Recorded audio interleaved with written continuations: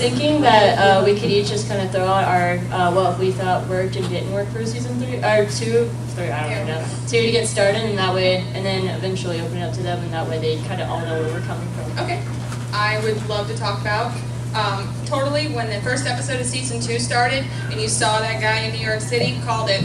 Why would they ever even decide to show a normal guy walking in a city if we already didn't do the math that, hello, Balefire, Neil, should be dead if you really did the math, so obviously he's still alive in that time. So as soon as that normal guy started, that muggle, started to walk across the street, I'm like, called it, 5 minutes, I'm sorry, that's Balefire, he's important. Well, I remember there was some speculation too, some people thought he might be the Mad Hatter or something like that, because there was Wonderland stuff on the walls behind him. That, everything in that, I watched that constantly. Okay, I'm watching everything, looking for clues, because one thing that Once Upon a Time does, symbolism in so much. They have an incredible set designer. If you just look at the little pieces, I mean, Regina's office, you know, she's got the horse statue, she's got the forest, that's her wallpaper, the apples, I mean, all of that stuff is obvious, but if you look beyond that, there's little details in everyone's apartment. I mean, look at Snow's cottage apartment. Freeze frame Mr. Gold's shop. Oh yeah. And if that's not like if that's not foreshadowing for everything in there, I don't know what is. Well, and they usually do when they have a gold scene. They will usually foreshadow a coming episode, like with the puppets. They also did it with the teacups. The ship, the teacup, the wand. They did that. The They rubbing did that lamp. a little more in season 1 than season 2. Yeah, they didn't We do didn't it. get as many scenes in the shop. Yeah. Well, season 2, everyone was everywhere all the time. One of them, right? Wasn't much chance to get told. Rebecca, what was your favorite thing? What I thought worked, the Neil Balefire storyline throughout. That was the storyline that went through beginning to end, which I loved. And I also thought Regina's storyline went from beginning to end. She was the town pariah in the premiere, and everyone was grabbing their pitchforks. And towards the end of it, she saved the town. So I think that was a good story arc that went through the whole season. So I think those worked tremendously. But what I thought didn't work, I was not too fond of the finale because they kept talking about death and destruction over and over again. Go back and watch it. They say death like a million times. And nobody died, which I thought was bizarre. And there were some things that just didn't come together like they should. I mean, the pieces of the puzzle are not fitting. No. Yeah, in that. That was the entire last half of the season for me. Well, the finale didn't feel like a finale. It felt like a whole bunch of setup. Right, The for the finale's next- supposed to be more payoff. Yeah. Yeah, pretty much everything post Cora just didn't work for me. Well, and how all of a sudden are Tamara and Cameron and Greg are anti-magic, and then all of a sudden they're using a portal to get that. Yeah, it contradicts what their whole purpose was. It could be a situation where they think they're working for the greater good. That was hinted at in Friday, because I specifically asked about the Home Office. And I said, is it the historical British Home Office that goes way back into the 1700s and continues on into World War II? Can we speculate on what we think the home office is? I think we should all take turns. You go first. Well, it kind of came up on our podcast where we sort of talked about what if the home office was related to the Darling family. That was And I thought that would be cool because I would love to bring Wendy Darling back in if possible because I thought she was really great at the end of the And it season. would really make sense because, you know, the last scene we see them, they're like completely scarred because of, you know, the shadow coming in Oh, yeah. and everything. So it would make total sense for them to take their family's fortune and build this Absolutely, whole that's what my thought was. anti-magic society. Well, and which would dovetail it into Peter and the Starcatchers, which Disney also bought. Oh, okay. Disney owns Peter and the Starcatchers as well, and that was kind of where I thought they were going with it as well. The Darlings, that Mr. Darling is actually an agent for the Home Office for that. And what Jane Espenson said yesterday was perhaps Greg and Tamara thought that's who they were working for, but it's not.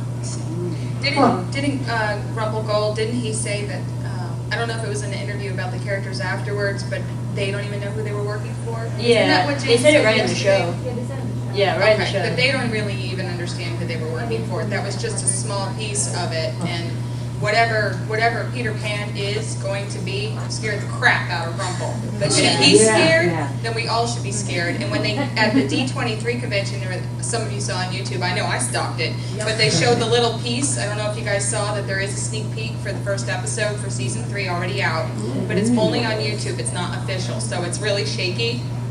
And it's basically, has anybody seen it? I think is that the one with It's the doll that Robert Carlyle tweeted about, in a way. And basically, to set up the scene, it's Rumple, and they've gone through Neverland, and he's not Gold. He's Mr. Gold, but he's in the crocodile suit. So he didn't change color. So he goes over and he's meeting with that lost boy. The boy that was the last one you saw with the blonde hair. That guy? Yeah, that one. That they kind of had some interaction or whatever it was. And it was basically the tables had turned, where Rumple always said, you know, there's always a price with him. You know, it was almost like everything that Rumple has said to everybody else. It was the tables were turned, and this Peter Pan is the villain, where Rumple is like the pawn. See, my thoughts and theories, and this is just totally just me, just theorizing stuff. I think Peter might be Rumple's dad that left him. Ooh! Yeah, because he said that his father ran away, and it was a coward. So I mean, I think Peter Pan might be Rumple's dad. That's a really good point.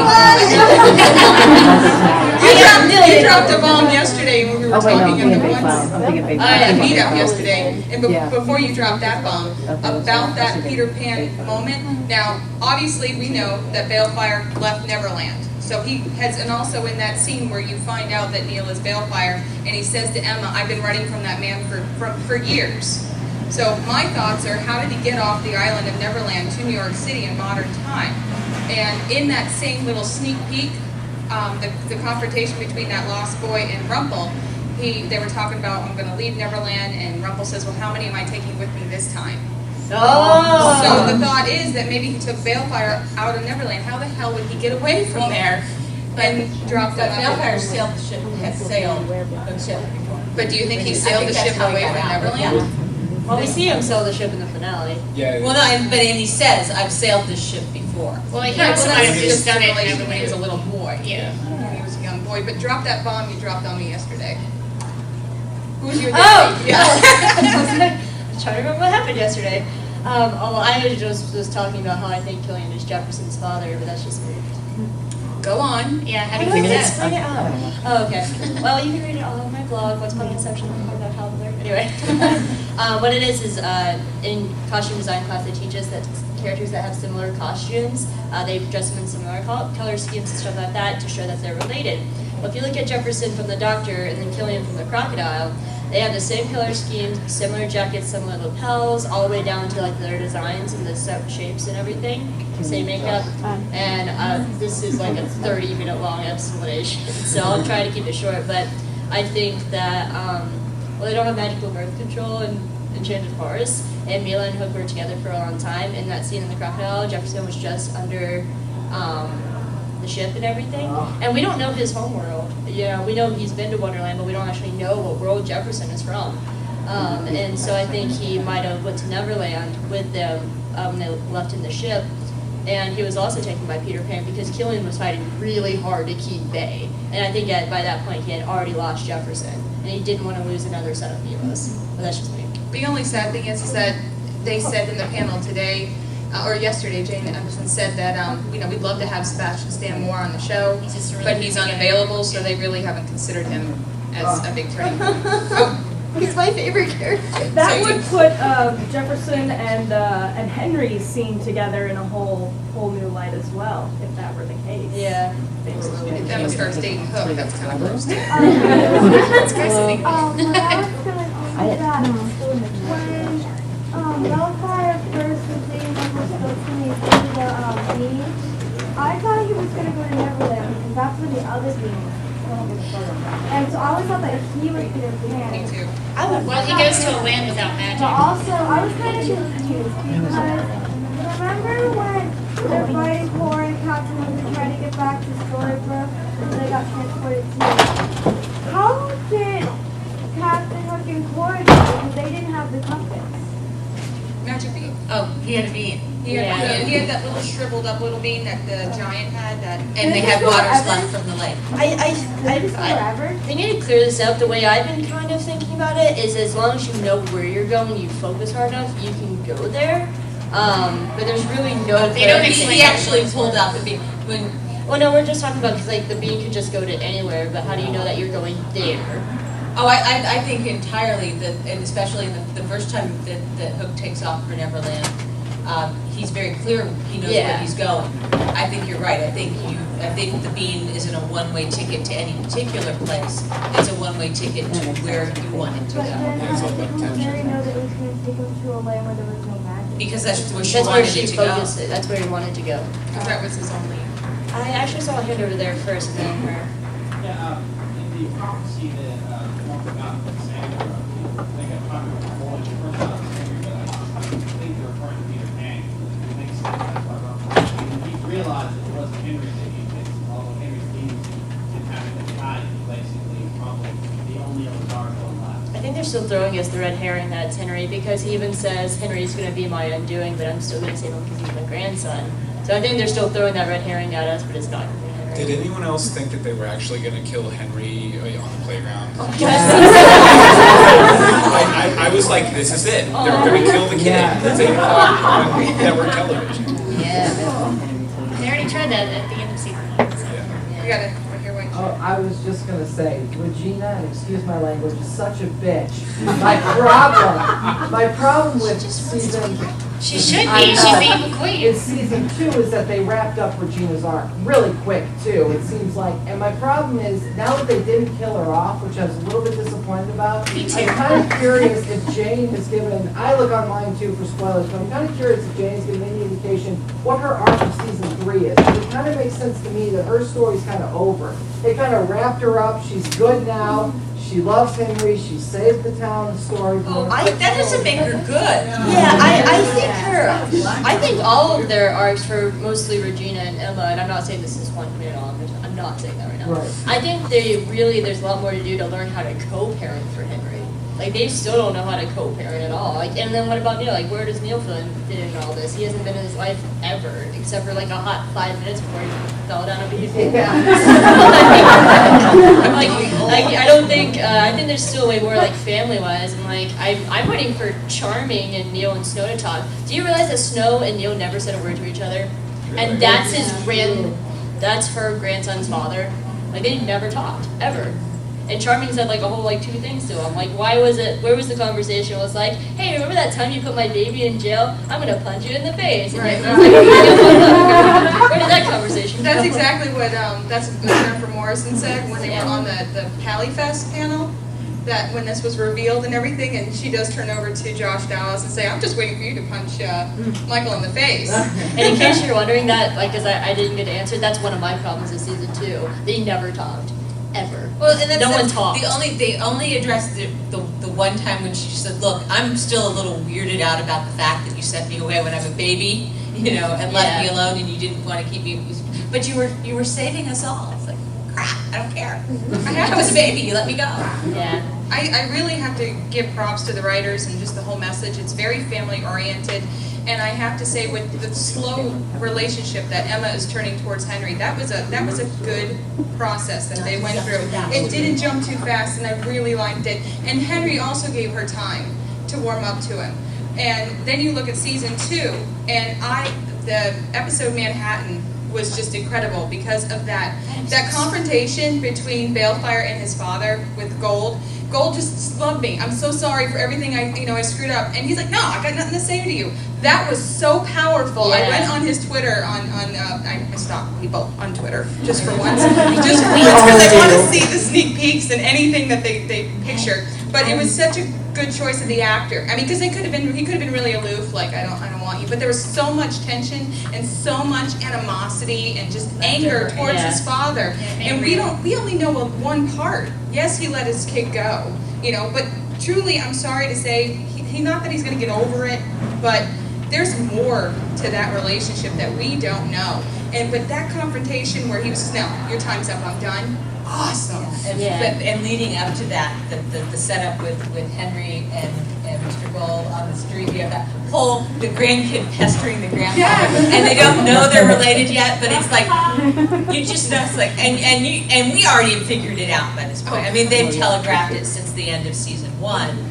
that this is happening. Yeah, I really hated the reveal though, with just the sheet of paper. I know you're Balefire. I love that. I'm the only person in the world that apparently likes that. I love it. I thought it fit August's personality perfectly. He's a writer. Because, who was it? I think it was our friends from Other Side of the Mirror. Bree and Alex did a whole thing through season 2 about how people had talismans, like Bill had her cup and stuff like that. I think August's typewriter is his talisman. That's what he's connected to. He's a writer. So I thought it was perfect. When they opened the box, I was sure, because we saw the scene where Gold found the sketchings in August's room, and it was a picture of the dagger. Yeah, that's what I thought that he was showing to Balefire, well, to Neil, that it was a picture of the dagger. And we all knew that that was Neil at that time, because if you're, I'm sorry, if you're not related to magic and all of a sudden this guy's showing you something in a box, Yeah. I would run the hell out of there. So I thought it was a picture of the dagger, and that was it. So you are Balefire. I thought that was kind of a meh. I wasn't impressed. Yeah, it was just like, it hit me just as almost laughable, especially because, on podcasters' roundtables and whatnot, we'd spend a lot of time speculating what was in What that was on thing. it. That was supposed to be like one of the key piece to the season, and it was just a piece of paper with, oh, you're that character. Alright. But we should have figured it out Yeah. though, because the typewriter had been shown to be in that box in season Yeah. 1, so it was like, Alright, so questions? over there? It's going to be her, then you, and then you, and then you. I would watch it. Keeping up with this? Okay. My question is, am I the only one that did not like the way the writers flipped Belle around and turned her into Lacy? I did. Oh, I hated Lacy. Let's not even talk about this. Oh my gosh, I love Okay. Lacy. Although I ended up in a dwarf bar line, which I think got cut, but it's floating around here and there. Is the only thing of Lacy's that I want to keep. I just hated that scene of Lacy and the sheriff. I hated it when she was all rubbed up on him and everything. So she cheated on Gold in a way. No, she didn't, because Lacy She was getting a. Well, Hello. no, Belle was dating. Wait, no, Her Belle was skirt was dating like this Rumple. long. Belle was dating Rumple. Lacy was not dating Rumple. They're two separate people. They're not both. They're not like David and David. Yeah, well, and there's more to Lacy's back. Lacy has a history in Storybrook too. Yeah. There's a whole episode in there that they haven't written, haven't done, but they were very clear in 2 or 3 sets of dialogue about, I know they've seen Lacy before, and it's something Regina did. See, I have to wonder if that's just their false memories though, because David and Catherine had a clear It came from path. Regina though. Yeah, Who like, doesn't I have a wonder false if memory. well, they all had their fake memories because like Catherine and David had pictures and like this whole relationship. But we see in Welcome to Storybook, their first day he's in a coma. So I have to wonder if she was always in the asylum from the beginning and everybody just remembers Lacy from before or remembers, quote unquote. Yeah, it seemed like when she got converted into Lacy, Regina was doing it to get back at Rumple Oh, yeah. and everything too. But Yeah, I don't think we're going to see much more of Lacy, quite honestly. I don't think there's much. I mean, it was kind of fun, her and Rumple running around terrorizing Storybrook. That was cute. So it was nice. I just like the bad boy. I have to say that's the only time I didn't like Rumpelstiltskin because he controlled her through drinking. Be like, oh, I don't like what Yes. you're saying. Here, take more drinks. Yeah. That was like the only time I've ever seen Rumple get that close. See, I like Gold with Belle because he's much nicer, but Rumple with Belle is very controlling and borderline abusive. Yeah. And yeah, but that's the closest we've seen Gold get to that Rumple line. The thing is, Gold is a bad guy, but we never really see him be cruel, and that was really the first time he was cruel. I mean, he's evil; he'll kill you, but he'll be nice about it. He beat Belle's father with a cane. I was gonna say that was They're trying to like erase her memory. I mean, Yeah. I would beat someone with the cane if they're trying to erase my memory. We do have more questions. Natasha Romanoff. First off, on the topic of Lacy, I love Lacy. Slut shaming's not cool. I think she was an awesome character. Secondly, on the topic of Balefire and Rumpelstiltskin having to hash out their issues, I'm really ticked off that at no point did the fact that Rumpelstiltskin murdered his mom ever came up. Like, Hook told him. Hook flat out told him, and it never came up. And I don't understand. Do you think that's going to be a thing that they address at all in season 2, or is it going to be like Graham, where it's like, oh, that character's dead, we're never going to speak about him ever again? I think that when Hook told that to Balefire, he was just more upset that Hook ruined his family more than anything. The fact that his dad killed his mom really wasn't on the table. But as a child, as somebody whose father walked down on our family, I can see how I'm mad at the person that broke up my family more than anything. And I'm sure my father had his reasons, or my mother had his reasons for that. But I really think that shows the love that Balefire still has for his dad by taking his side. And I know that it's in there, and there will be a very long path for that relationship. But then in time, Balefire might have, with more information, more from Hook, maybe the rumors traveled, and all that information, all that truth got to Balefire, and he got to sit on it.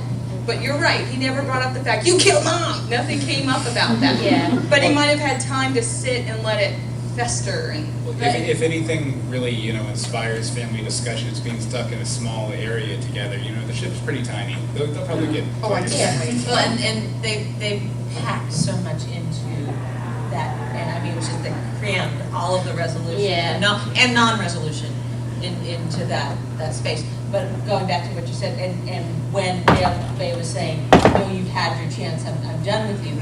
I think he did a really good job of showing that love and that conflict was still there, and it wasn't just installing. I think you're right that it's still there, but I think that they will be on a path. We don't know how long Faye was on the ship. I mean, he could have been there, he could have just met this guy, or he could have been on there for months. I mean, we asked about the timeline yesterday as well, and she said we're deliberately vague, which obviously we, but it is obvious that Rumpel and Faye's storyline is much, much older than everyone else's. So, and that time is not the same in both worlds, or any of the worlds necessarily. So the gypsy was next. You. And then there's hands up over here. Okay, so you, and then I saw you. You're in and charge, those two, by the way, and with that these one. questions. All right, your turn.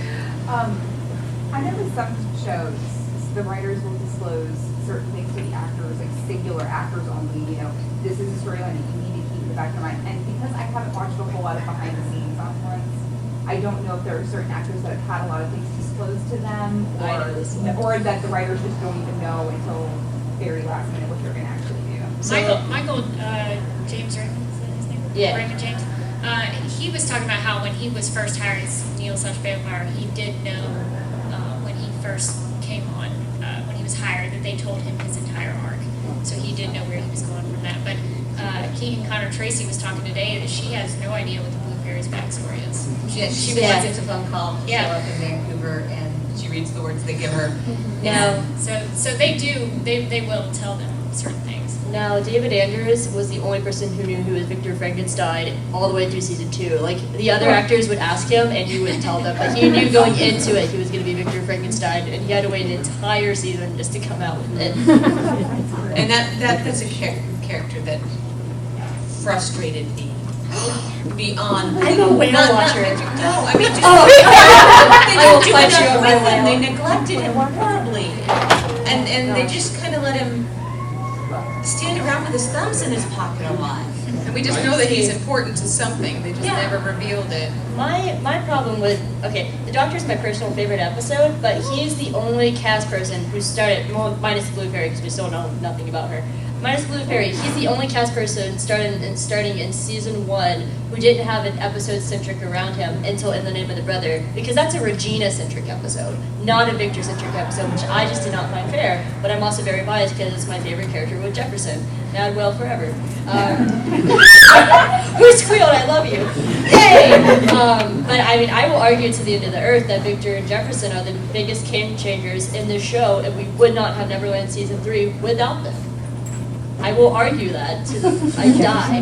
Well, Jefferson, like we talked briefly yesterday, Jefferson is such an important character, I think, and I wish we could see more to him, because he's the only one in Storybrook, really, other than Regina, that knows. There's a reason why he was mad. Nobody would listen to him. Nobody would believe him. For 28 years, Well, he had Gold knew. No, Gold didn't know until Emma Yeah. walked in. Yeah. He did not know, and the writers have said that he didn't know until Emma's name was said. Wasn't in Welcome to Storybrook, didn't Regina go into the shop and kind of Yes, ask he didn't them? know. That was Yeah. proof. Yeah. He said, "What are you talking about?" I He's see, kind of a I guess nice I was guy. reading in that they were dancing around each other. Well, I mean, I could totally see that. As far as, on screen so far, it appears he didn't know. But, Rumple, he always has 16 different plots going. I guess in my own head, I've always thought since he crafted the curse, that he had his own back door. Yeah, well, I mean, I'm sure there are aspects to the curse that he has in his back pocket for when he gets in a really bad position. Like the police thing. Well, the weird thing is, if he didn't know until Emma showed up, how did he orchestrate Henry's adoption? I mean, that's We all want to that's- know that. Where did the baby come from? I have one theory, and I think it was August. Yeah, I think it was August because August knew where Emma was. He told Neil where he was. Did Regina So tell him naturally, goes to Gold and I- Gold gets Emma? No, I think, well, August has been in Storybook before. My thoughts are that since August knew where Emma was in that jail. Because he knew left that her. she was, yeah, because he did care about her. So I think he knew, I think he went and claimed to be the baby's father, probably had some documents that said that he was Neil, la la la la la. Drove to Storybrook and dropped the baby on Gold's doorstep. As silly as that sounds, because he would be the one to orchestrate something. Because he's not going to drop it on Snow White's doorstep. Yeah. He dropped it on Gold's because that was a closer relationship that he would be able to know what to go on. So I think because all of his things, it just kind of wheels started to turn, Regina probably came to him at the right time. However, Neil said to Emma, my father always said that things just don't happen, things are planned. Yeah. So that could be part of it too. But of course, finding out that Bale was Henry's father was a big shocker for Gold. So we have like 7 questions. So All right, you- sorry. yeah. So you're next. I want to know why August, when he died, he was able to be brought back, and when he was brought back, why he was brought back. Nothing makes me more angrier than that episode. Yeah. Actually, I have one other thing that makes me more angrier than that episode. That's really high on the list. I think the writers did that so that there wouldn't be a love triangle. Someone said on the Facebook group for Dragon Con that Eon Bailey didn't want to be on the show anymore. Is Yeah, that that's what I person? heard. I think he had a pilot that didn't Where'd you hear from that? I saw it on like an interview, I think Regina implied he used him enough so he was looking for other roles. Man, I like They that lost a character. lot of actors, like, because it- Yeah. See, that's my other big thing about season 2 is they shanked the minor characters like that. And like I'm a minor character, I love them. All the main characters have what I call the candy effect, which they're really good at first, but when you get too much of them, you get sick of them. And I don't want to watch the same Regina Snow storyline over and over and over again. I want to know how, for example, like the nicest person in the world, Archie, became Rumpelstiltskin's pawn. Like what makes Rumple look at Archie and goes, "Hey, you need to work for me." Like, how does that work? I mean, I want to know about these other people. I couldn't care less about Snow and Charming and all of them right now. Like, keep it in Storybook. I think Snow is just so whiny right now. Well, I'm sure Charming has never been my favorite. David's kind of a douche, but I I like I will Sheriff say David. that I hate Sheriff David. I will say that probably my favorite moment of the season was Snow's moment when she tricked Regina into killing her own Oh, mother. I screamed out I loud. loved it. I literally screamed out loud and got immediately on the group and said, oh my God, did you just see? And we called it the delivery method. Because we didn't want to spoil it for anybody else in the West Coast. Because I mean, it's one thing to kill someone's mother; it's another thing to trick them into doing it. Yeah. So. So, Adventures down here.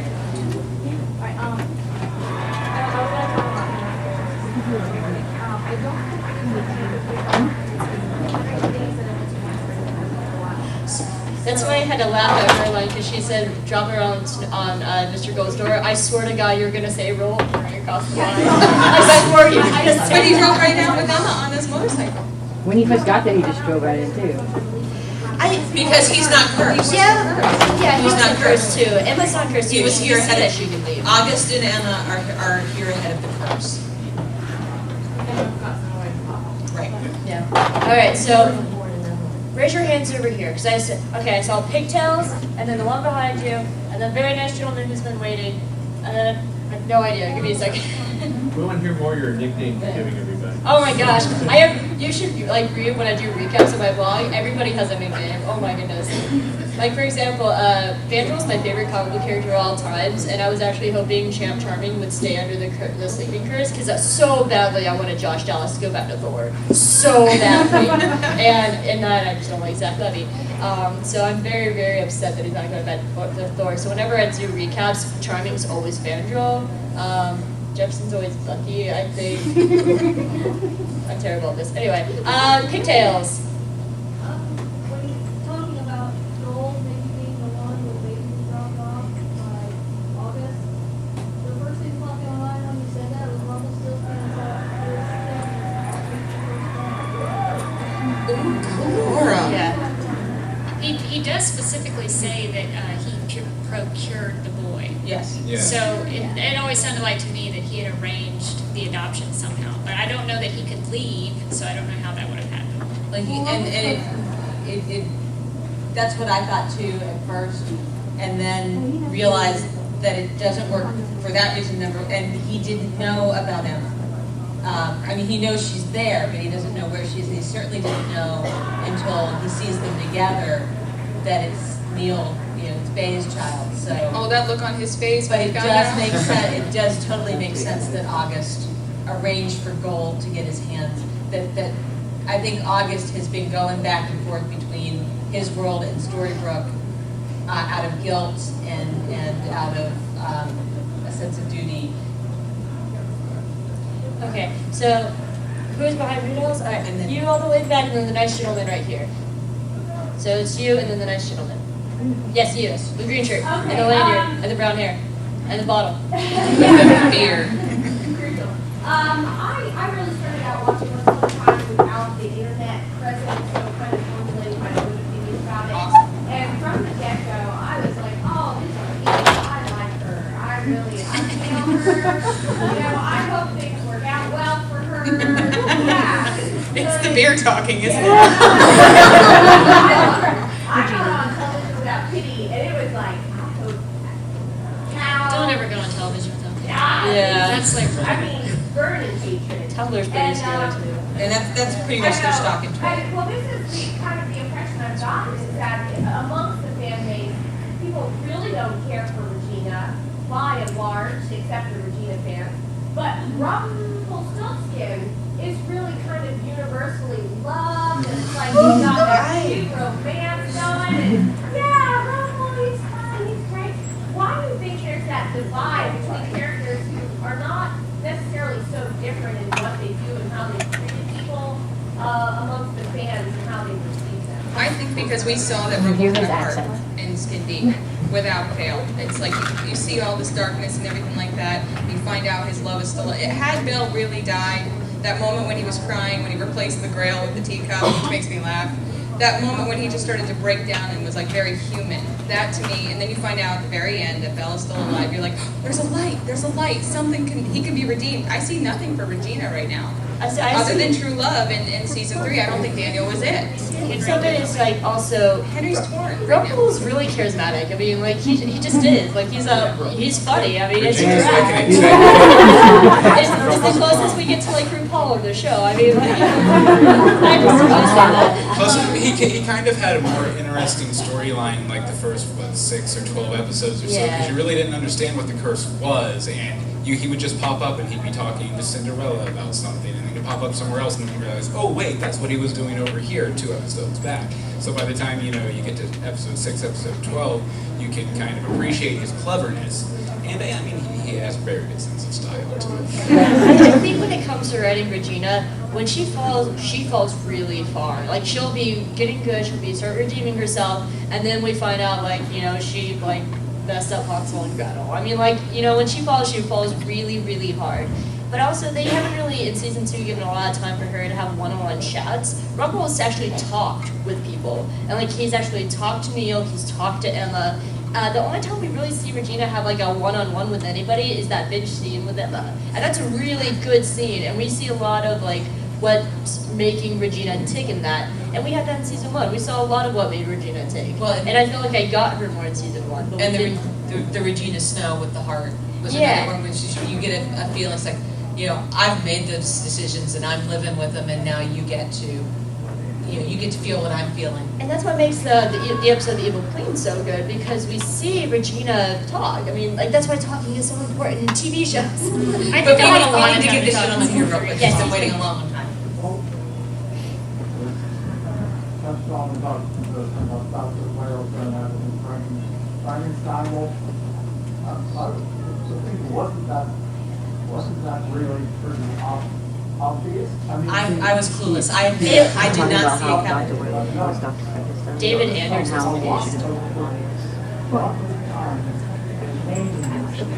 Oh, yeah. But I didn't, can you tell me why the whale, because I really don't The understand. director of the Frankenstein movie something whale. is James Oh, it was Whale. a stretch. It was a stretch. Because I really did not know. The night no idea. before I thought it was like the the- whale that swallowed pregnancy, tail. that came out in the episode.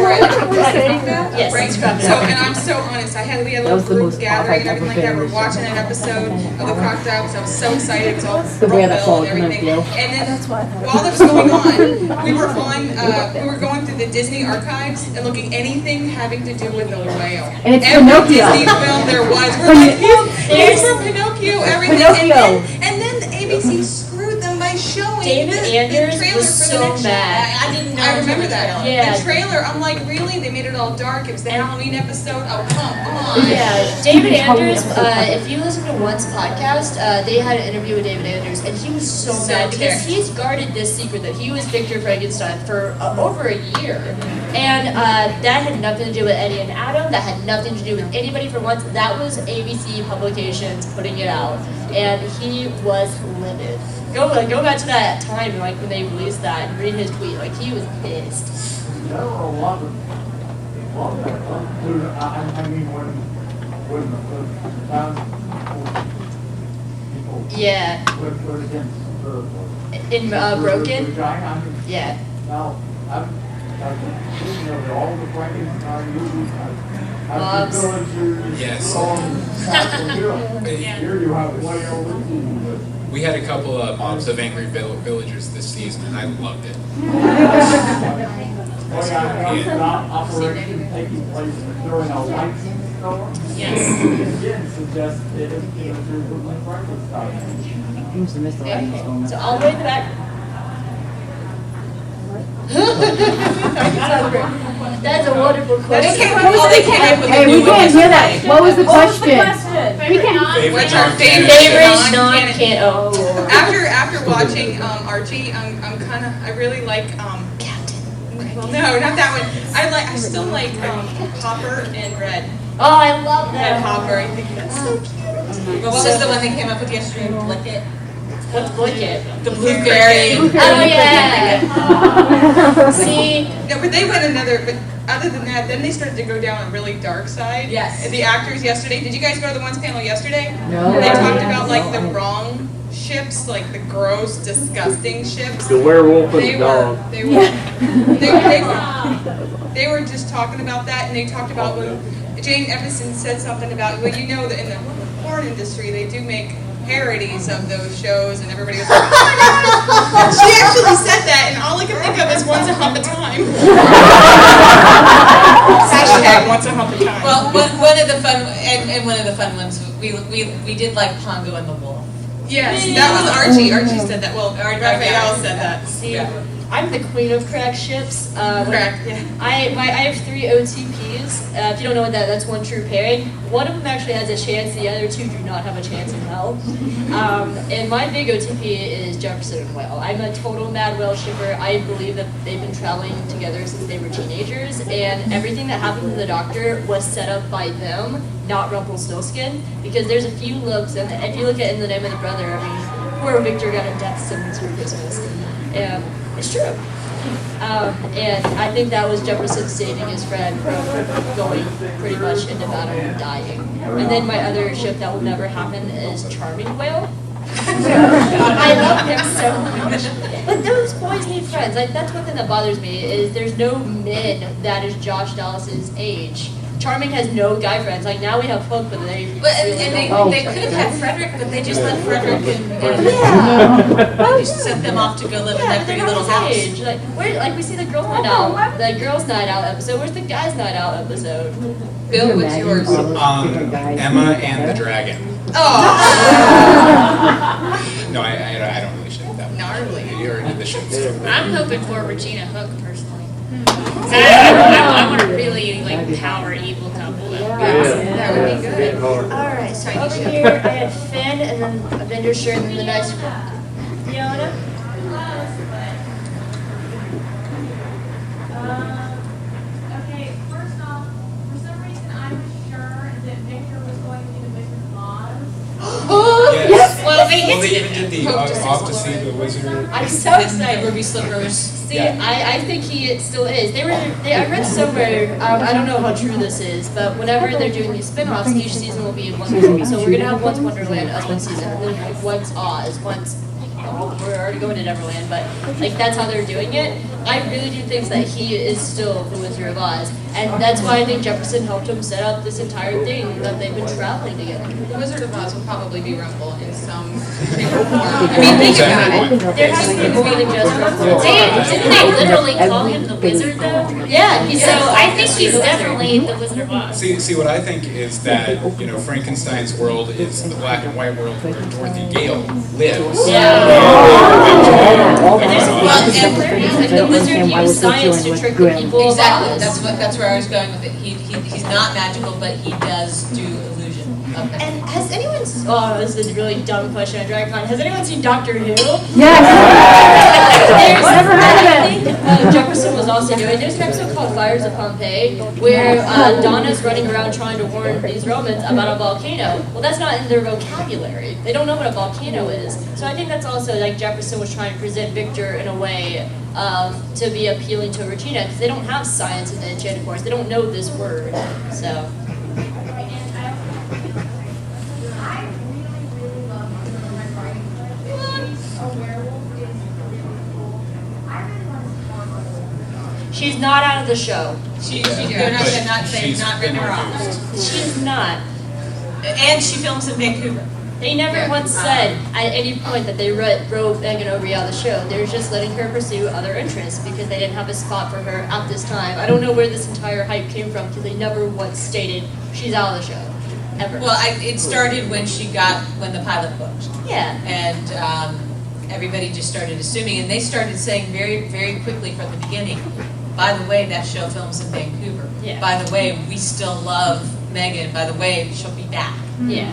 I kind of had a feeling too that it might just have part to do with that Storybrook won't be as much a focus, and when it is, it's going to be Belle's story. And at least for the first half of this Yeah. next season is what Jane said yesterday. Okay, because I heard, spoiler alert, I'm giving you 10 seconds. 9, 8, 7, Spoilers. 6, 1. 5. Go, Okay, go. so anyway, I heard that when they recast Robin Hood, it's to put him with Belle in Storybrook. So, okay, you're good. He's with Marion. You're good. Where's Marion? Who's the Robin Hood's baby even Yeah. in one? that Marion was pregnant with? There, it is right covered now. That nobody was pregnant with. Alright, so Finn shirt. Oh, yeah.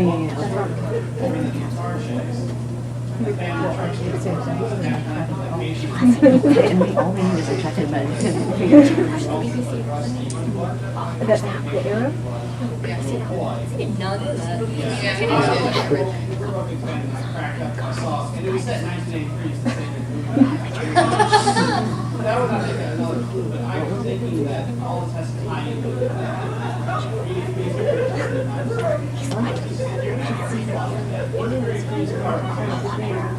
But is No, I don't think I great. don't. Yeah, Well, they that's Regina, but I don't think it's Greg's dad. I think Yeah. we'll be fighting him in the second one. Yeah, when they're walking. I didn't hear what you said. He thinks the home office is in Kansas. Wasn't there a Kansas license plate? No, it was Pennsylvania, and actually, Pennsylvania was he great. says that he's from Carlisle, Pennsylvania. If you look up that town, there's a military college there, and it's a big military town. But So- also one, why did Greg change his name? Is that his name when he came to Storybrook the second time? And also, they made a big point of Greg and his dad being from where the boss was from. So it wasn't Pennsylvania, but Pennsylvania tags. And I also don't think that Greg's dad is dead. I think Regina put that body there. It's not real. But I actually have one theory. Since we know that you can, okay, I'm getting confused with Harry Potter, but since we know that Regina and obviously Cora can change their appearance, you know, if you guys look, he's in there twice. The asylum where Belle was. There's a guy that looks really creepy. He's mopping the floor, Yeah, right? he's mopping the floor. Yeah. I think that might be Greg's dad. Well, that was just my in question. He's from disguise. how, He's from he's from Cookies Nut, Yeah, too. but that was just one idea because I don't think that Regina would have gained anything by killing him. Yeah, and we do have a strategy. And we see how bored, Yeah. she gets so bored so easily. I mean, she probably wants someone to talk to. And there's been a couple times, with the couple times we've seen him, there's that air that there's something that he knows that he can't get. He almost tries to talk a couple times, and I didn't think it was the actor point focus. I thought it was the character trying to remember. But I wondered if they do anything with it. Alright, so you're right here. You guys touched on it very briefly, but I wanted to revisit Mary Margaret becoming evil. And like, I loved it. I think I that did when you too. talk about how saccharine they are, that actually made her interesting, and now I care. So, but they really played it like it's so terrible. No, you know, basically protecting her family. And now this is an evil act. And so I had to specifically friends and, you know, I was outnumbered. But I thought it was a justified act in the Cora. See, What are your thoughts on them continuing? they were in on? a war. She's killed people before, probably. So I think the difference was the fact that one thing is war, and the other thing was she made Regina murder her own mother, which was her step grandmother. Decision to It wasn't a casualty of war. It was a decision. Yeah. And not just to kill, but to use dark magic to kill. And that's her family too.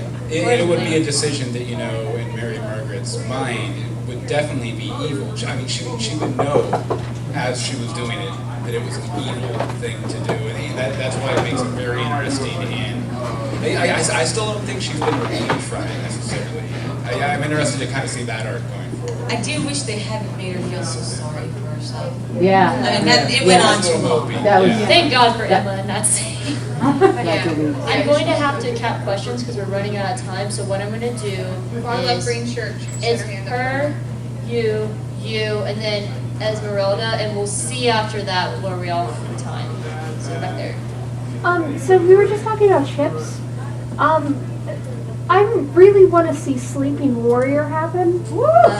But I mean, what do you guys feel They're about totally that? setting up for a love triangle with Philip. Yeah. Did- The question is, what do we think about Sleeping Warrior, which is Mulan and Aurora?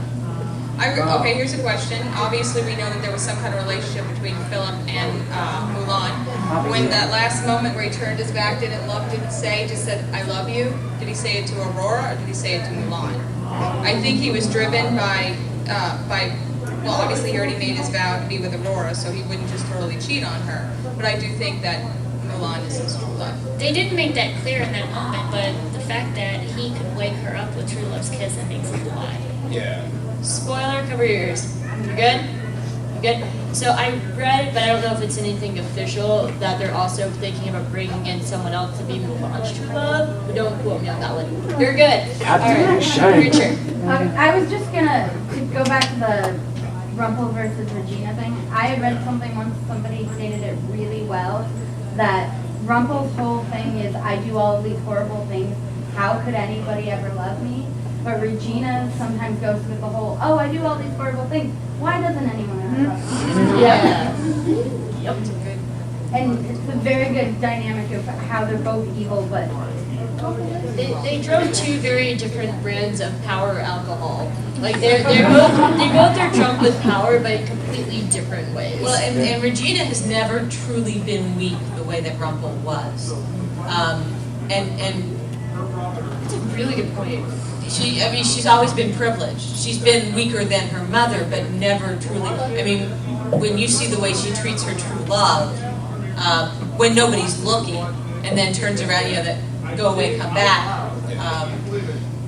But then Rumpel has had no power ever in his life. Every step of the way, he's been pretty much the lowest of the low. And becoming a soldier was actually a big step up for him. So excited about that. And yeah, he really, and then he's just so terrified of it all.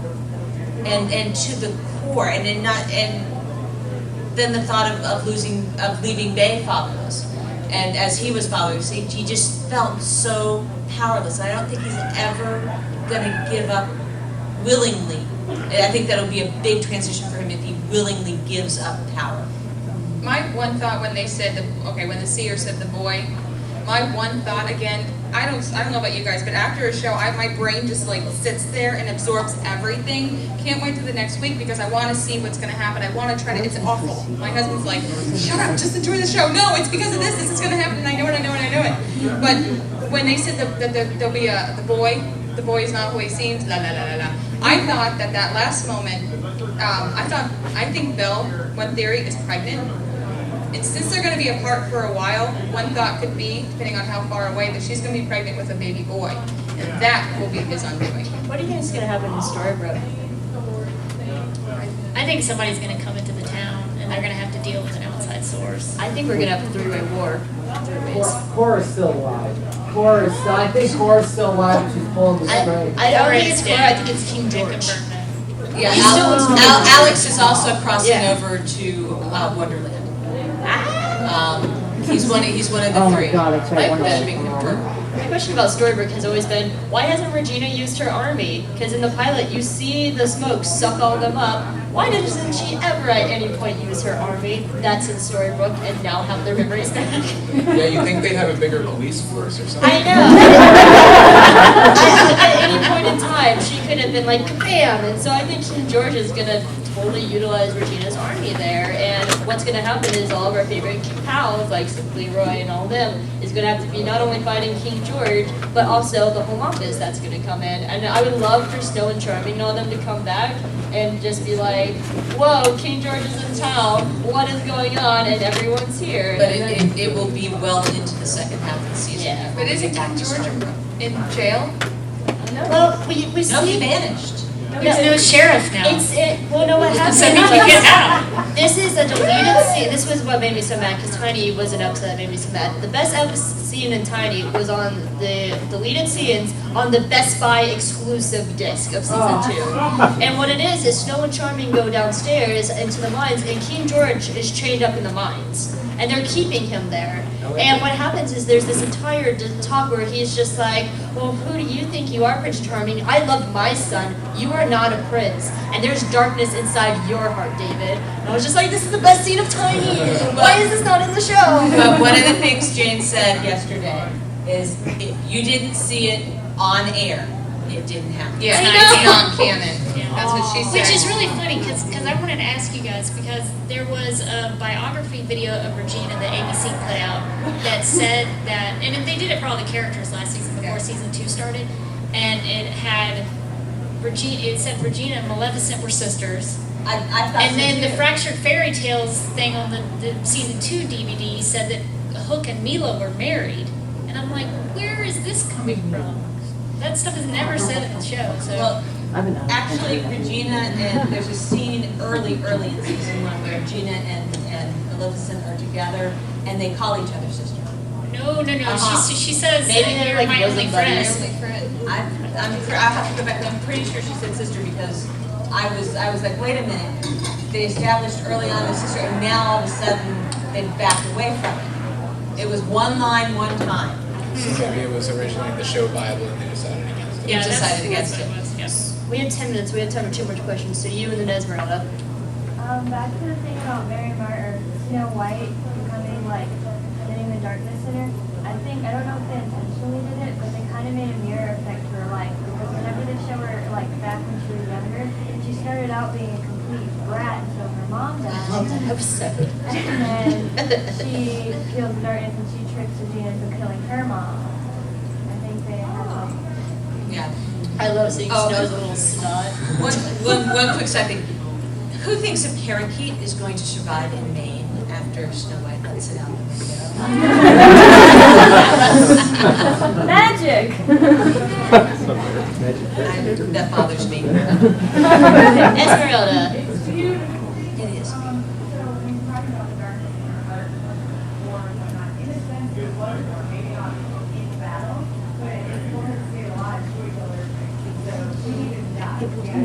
Yeah. And the best line ever. Amy.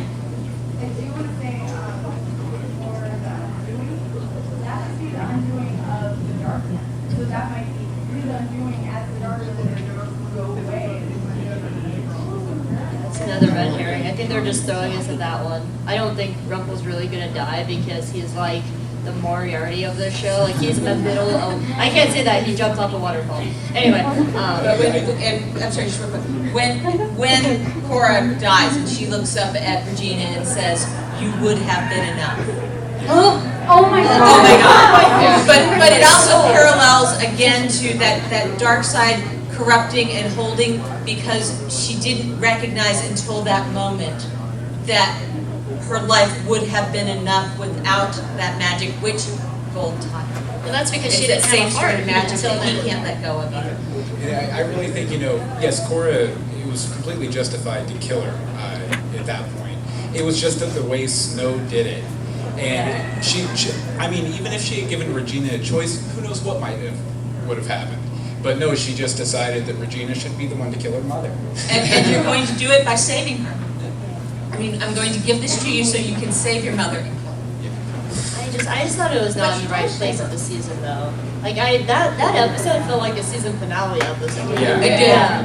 And then the power void that Cora left. I mean, Greg and Tamara to me just do not add up to Cora. I mean, our Bree and Alex from the other side of the mirror described them as the Natasha and Boris from like Rocky. That's what they are. And it's just, I think a lot of it is just Cora was just such a good villain. And then there was someone that Regina and what's his name? Right? Yeah. Sorry. I'm hungry. I can't think, but I'm hungry. Hey, let's get to after this. Anyway, sorry. Were you making a joke there? What's his name? Rumpelstiltskin? No, I was not. Yes, Phil, I totally was.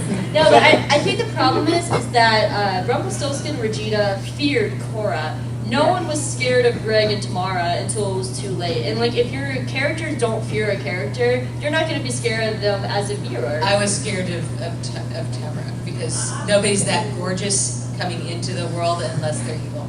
I mean, I'm just saying, it's a Disney property. It's a Disney property, and when someone that gorgeous comes in and that serene, you go, uh-oh, I need to watch this person. I think they should be scared of them now because she shot Neil and kidnapped Henry. I think that's pretty scary. I'm talking about I feel like they should have worked this sooner because like no one really cared that Greg was in town when that giant was running around. Yeah. Like no one like gave like two thoughts about it. Like and like when Hook was around. Oh, and by the way, like when Hook escaped in Tiny, like there was never a moment where they were like, oh God, we lost Hook. Where did he go? Like these good guys are not competent. So, and just real quick, do you think Hook gets to New York because technically he wasn't cursed because he was under the shield? Yeah, I think if you weren't there with a cursed job, you can come and go as you please. Yeah, they weren't ripped away from. I just wanted to know if I was on the same Yeah, page. they were protected.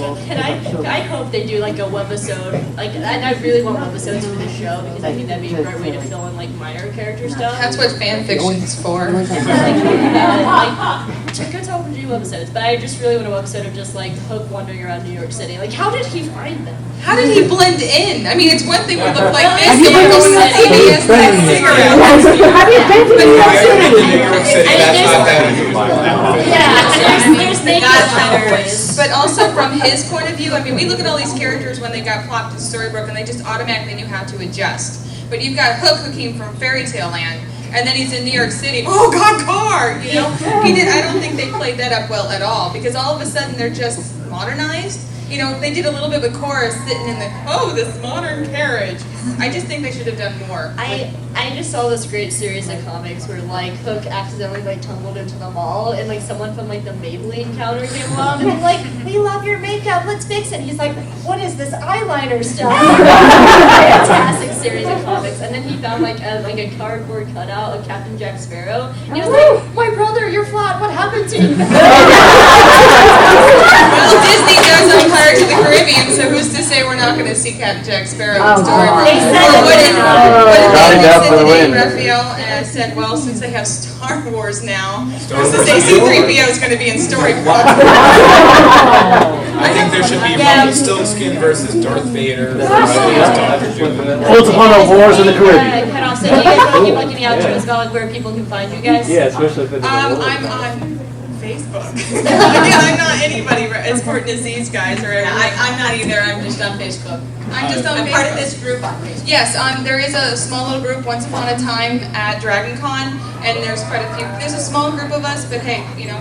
And American Sci-Fi Media, Sci-Fi Fantasy Media has a group on Facebook. If you're not following it, we have a blast together all year long. My words for everybody is if you love the characters and you love the show, they kept stressing that there's an idea that you have that, oh, I'd like to see this, I'd like to see that. The writers are like always on Twitter because they want to see what we want. If there's something you don't like, tweet in to the writers on Twitter. And give them your ideas and thoughts and make this show grow. We want to see a season 4. Give me Robin Adam Williams. especially is on Twitter all the time. And he's on Twitter.